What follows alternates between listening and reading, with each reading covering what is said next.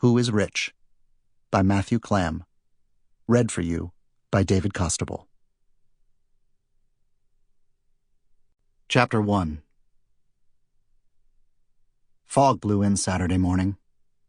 I sat under a big white tent and drank some coffee while my chair sank into the lawn. I talked to a kid with a heavy beard in a mangled straw hat who last year, for some reason, we started calling Swagamuffin. A girl wearing a name tag passed out rosters to faculty. A guy walking behind her handed me an info packet. I sat there eating toast, looking at my notes. Other people were out there too, chatting and smoking. I said hello to a dozen familiar faces from over the years and drank several more cups. The fog burned off.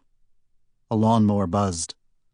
The sky was a flawless aquamarine blue. I had written a 3-part lecture on drawing techniques, brainstorming, and plotting, and also found some handouts with exercises from last year or the year before that. We supplied them with pencils, erasers, pens, nibs, brushes, and paper, a 100-pound acid-free Bristol board for comic applications, and a little plastic thing called the Ames Lettering Guide, which I still had no idea how to use. We were gathered on the campus of a college you've never heard of, at the end of a sandy, hook-shaped peninsula, bound by the Atlantic and scenic as hell. It was my 5th straight summer running a workshop at an annual summer arts conference, and once again my class was full. The conference had begun 15 years before as a one-day poetry festival, and had grown every year in size and popularity, although the college itself had not fared as well. Over time, pieces of it had been boarded up to save money until the entire school was abandoned, then reopened in a limited capacity as a satellite of the nearest state U.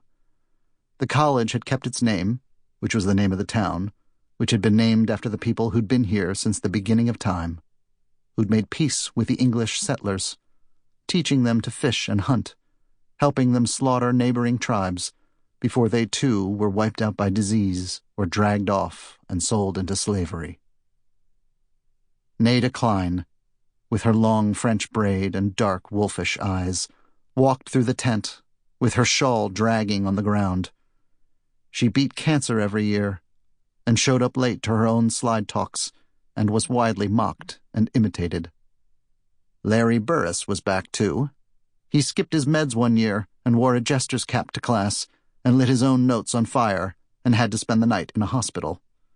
He stood beside me now, beneath the tent flap, patiently signing a copy of his book, and handed it back to a woman who hugged him.